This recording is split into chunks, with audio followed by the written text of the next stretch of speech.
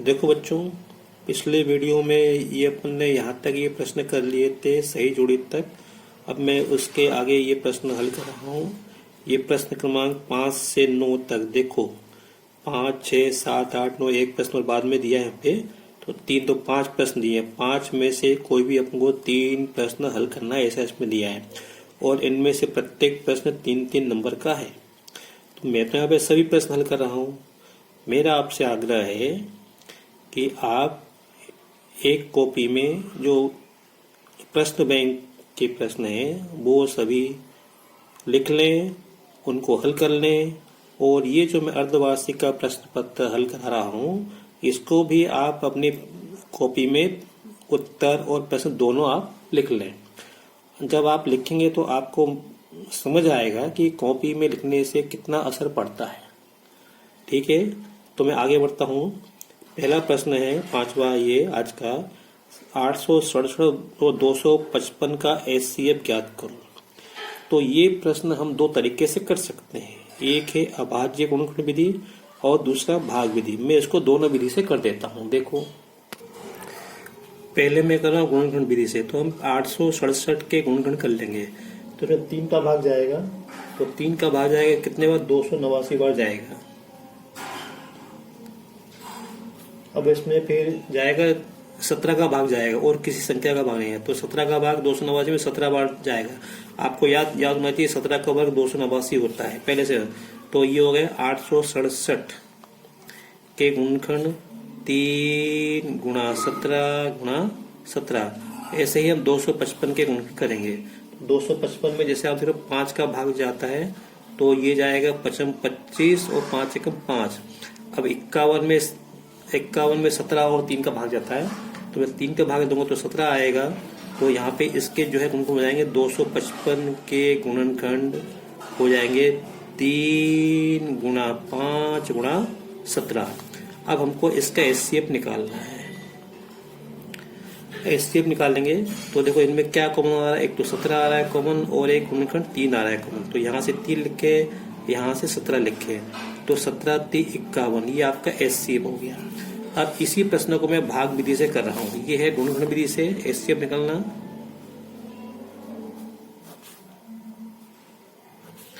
और यहाँ कर रहा हूँ मैं भाग विधि। ठीक है, तो भाग विधि में क्या करते हैं, जो छोटी संख्या होती है उसका बड़ी संख्या में भाग देते हैं। तो 255 का भाग 867 में दूंगा मैं। तो 255 का भाग 867 में 3 बार जाएगा। अब 3 का गुणा इसमें करो, 3 पंजे 15 के 5 से लिए 1, 3 पंजे 15 और 1 16, 3 दूनी 6, घटाओ 7 में से 5 के 2, 6 में से के 0, 8 में से के 2। अब इस 202 का भाग हमको 255 में देना है। इस 202 का भाग 255 में देना है। तो एक बार जाएगा, घटाएंगे तो कितना आएगा? 5 2 गए 3, यहाँ बचा 5। अब 53 का भाग 202 में देंगे। यहाँ पे जगह नहीं इसलिए मैं यहाँ पे रखा। 53 का भाग 202 में देंगे ना, तो कितने बार जाएगा? 3 बार जाएगा। तो 3 त्रिका 9, 3 पंजे 15, 12 में से लोग गए 3, यहाँ बचे 19, 19 में 15 तो 4। अब भाग कब तक देना है? हमको भाग तब तक देना है जब तक कि शेष पर 0 नहीं आ जाए। तो अब हम वो है ना, अब हम 43 का भाग 53 में देंगे।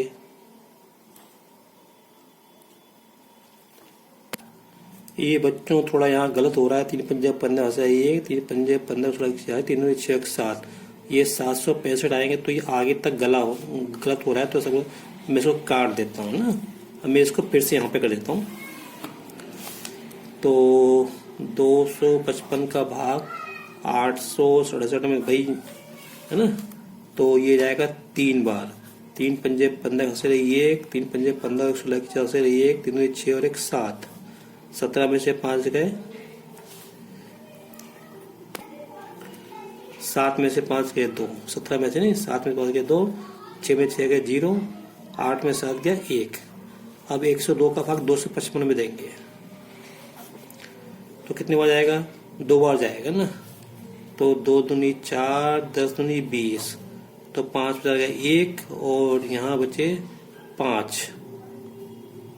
अब 51 का भाई 102 में भाग कब तक देंगे, जब तक शेष पे शून्य नहीं आ जाए। अब 51 का भाई 102 में 2 बार जाएगा तो 102, तो अब शेष पर शून्य आ गया तो हमारा जो HCF होगा वो ये होगा, भाजक होगा, तो बस सीधे लिख दो। अब आप किसी भी विधि से कर सकते हैं। अगर परीक्षा में आए गुणनखंड विधि से करना है तो आपको गुणनखंड विधि से करना है, अगर परीक्षा में आए भाग विधि से करना तो भाग विधि से करना। अगर ऐसे आए कि गुणनखंड करो या HCF निकालो तो आप किसी भी विधि से आप कर सकते हैं। अब अगला प्रश्न देखो, ये छठा प्रश्न है, एक द्विघात बहुपद ज्ञात करो जिसके शून्यकों का योग तथा गुणनफल -3 और 2 है। मतलब योग कितना है, -3, गुणनफल कितना है, 2, किसका, शून्यकों का। तो देखो मैं बताता हूँ कैसे करना। देखो हमें बहुपद बताना है तो हमने ये बहुपद मान लिया ax² + bx + c। अगर हमको किसी प्रकार a b c के मान मिल जाए तो हमारी बात बन जाए। तो अब हमें मालूम है इसके शून्यकों का योग और a b c में क्या संबंध है, तो यहाँ पे मिल लेता हूँ। शून्यकों का योग बराबर क्या होता है, -b/a, और शून्यकों का गुणा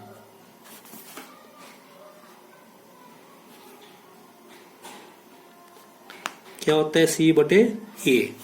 तो अब यहाँ पे अपने को योग कितना दिया है, योग दिया है -3, तो यहाँ से लिखो -b/a, और गुणा कितना दिया है, 2, तो 2 बराबर c/a। अब ये माइनस से माइनस काट दो। अब एक बात देखो, यहाँ पे ये तसल्ली कर लो कि जो 3 और 2 लिखे हैं इसके बटे में हर समान होना चाहिए। अगर नहीं होगा तो अपने को गुणा करना पड़ेगा। तो अब यहाँ पे तो क्या 3/1, यहाँ पे 2/1, तो हर समान है। तो इसका मतलब ये हुआ 3/1 बराबर b/a और 2/1 बराबर c/। अब क्योंकि हर समान है इधर इधर, तो हम सीधे a बराबर 1 हम लिख सकते हैं। तो यहाँ से क्या मिल गया, a बराबर 1 मिल गया और b बराबर 3 मिल गया और c बराबर 2 मिल गया। हमको a b c के मान मिल गए। ये a b c के मान यहाँ पे इसके स्थान पर रख दो, तो मैं रख देता हूँ यहाँ से। अतः बहुपद क्या हो जाएगा, a के इसमें को 1x² प्लस b के इसमें को 3x और c के इसमें को 2, इसको ऐसे x² + 3x + 2, ये हमारा उत्तर हो गया। अगला प्रश्न देखो 7वां, क्या लिखा है, के किस मान के लिए समीकरण 3x - y + 8 = 0 और 6x - k y = -16 समपाती रेखाएं प्रदर्शित करेंगे। ये 2 समीकरण दिए हैं और लिखा है समपाती रेखाएं प्रदर्शित करेंगे। इसका मतलब ये कि इसमें जो तीनों अनुपात होंगे बराबर। अनुपात कौन से, a1/a2, b1/b2 और c1/c2, ये तीनों अनुपात बराबर होंगे। तो बस, तो देखो ये पहले क्या, देखो ये समीकरण एक जैसे कर लो। यहाँ पे ये क्या बराबर 0 में है, यहाँ पे -16, तो इस 16 को इधर ले आओ तो ये क्या हो जाएंगे, प्लस के हो जाएंगे। तो 6x - ky + 16 बराबर 0। अब इस समीकरण को देखो और इस समीकरण को देखो, इसमें क्या दिया हमको, समपाती रेखा है। क्या लिखा है, समपाती रेखाएं प्रदर्शित। तो इसका मतलब क्या है, a1/a2 बराबर b1/b2 बराबर c1/c2। बस a1 का मान कितना 3, b1 का मान कितना -1, c1 का मान 8, a2 का मान 6, b2 का मान -k और c2 का मान, सॉरी यहाँ पे c2 का मान 16। तो मान रख दो, तो जाएगा 3/6 बराबर -1/-k बराबर 8/16। आप इसको हल देखेंगे, यहाँ से हल करेंगे तो कितना है, 1/2 बराबर, ये माइनस से माइनस कट जाएगा तो 1/k, इसको हल करेंगे तो 1/2। अब अपने को k का मान निकालना है, तो ये अनुपात तो हमें लेना ही पड़ेगा। अब इसके साथ चाहे इसको ले लो चाहे इसको, तो मैं इन दोनों को ले रहा हूँ। तो यहाँ से इसको बदलेंगे तो क्या मिलेगा, यहाँ से 1/2 बराबर 1/k। अब चाहे k से गुणा कर दो तो उससे मिल जाएगा, या इसको उलट दो, या इसको ऐसे उलट दो, तो उलटने में क्या हो जाएगा, हमको मिल जाएगा k बराबर 2। ये हमारा उत्तर हो गया। तो k बराबर 2 के लिए इसके जो है समपाती रेखाएं प्रदर्शित करेगा, या इसके अनेक हल होंगे।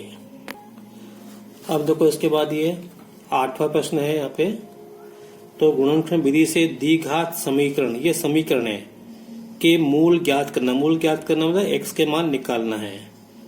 तो देखो गुणनखंड करना है, देखो मैं कर रहा हूँ।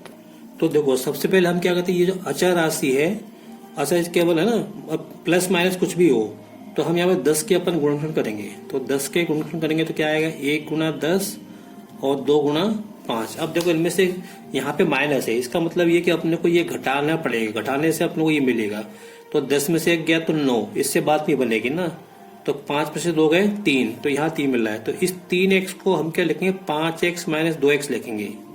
तो लिख देता हूँ x वर्ग माइनस, और ये कोष्टक में लिखना है, 5x माइनस 2x माइनस 10। देखो जरा 5x में से 2x जाएंगे तो 3x बचेंगे। और एक बात ध्यान रखना हमेशा, इसको हम कोष्टक में लिखें, यहाँ पे चाहे माइनस हो चाहे प्लस, इसको हम कोष्टक में लिखें और यहाँ चाहे माइनस हो चाहे प्लस। दूसरा, बड़ी संख्या में से छोटी संख्या घटाना, बराबर क्या आएगा, 0। अब कोष्टक खोल दो, कोष्टक खोलने पे चिन्ह बदल जाएंगे, ये minus 5x plus 2x minus 10 बराबर 0। अब 4 पद हो गए, इनके दो के जोड़े बना लो। इसमें से क्या आ रहा है कॉमन, x आ रहा है कॉमन, तो x माइनस 5। यहाँ से क्या आ रहा है, 2 आ रहा है कॉमन, तो x माइनस 5। एक बात और ध्यान रखो, इस कोष्टक में जो होगा वही हमको इस कोष्टक में मिलेगा। पहले 4 पद थे, अब 2 पद हो गए, 1 पद 2 पद। इसमें इन दोनों में से क्या आ रहा है, x माइनस 5 कॉमन आ रहा है, तो यहाँ से बचेगा x, यहाँ से बचेगा प्लस 2, x प्लस 2 बराबर 0। इसका मतलब ये है कि x माइनस 5 बराबर 0 या x प्लस 2 बराबर 0। इसका आशय ये है कि x बराबर 5 या x बराबर माइनस 2। तो इसके 2 शून्य जो पूछे थे या मूल पूछे थे, तो मूल क्या हो गया, 5 और माइनस 2। उत्तर मूल क्या हो गया, 5 और माइनस 2। अब देखो मैं इसका नवा प्रश्न कर रहा हूँ, समांतर श्रेणी 9, 5, 1 माइनस 3 का 10वां पद निकालना है। ठीक है, तो a का मान दिख रहा है 9, d का मान 5 में से 9 घटाएंगे तो माइनस 4, और n का मान कितना 10। हमको a n निकालना है, 10वां पद मतलब a n हमको निकालना है। तो देखो मैं कर रहा हूँ, तो यहाँ से प्रथम पद a बराबर 9, d बराबर 5 माइनस 9 तो माइनस के 4, पदों की संख्या n बराबर 10, तो 10वां पद अर्थात a 10 हमें निकालना है। तो a n बराबर a plus n minus 1 into D. तो a 10 यहाँ पे बराबर a का मान कितना 9 प्लस n माइनस 1 तो 9 है ना, और d का मान कितना है माइनस 4। तो ये आ जाएगा 9 और 9 चौक 36 माइनस के 36, तो 9 माइनस 36 माइनस के 27। तो a 10 बराबर मतलब 10वां पद क्या होगा, माइनस 27। ये हमारा 10वां पद होगा। ठीक है, थैंक यू। अगर मेरा वीडियो आपको पसंद आया हो तो इसे लाइक करें, शेयर करें और सब्सक्राइब करें, ताकि दूसरे छात्रों को इसका लाभ मिले। दूसरा मेरा आपसे फिर आग्रह है कि मैं जो भी ये आपको करवा रहा हूँ, इसे आप अपनी कॉपी में साथ साथ नोट करते चलें। Thank you.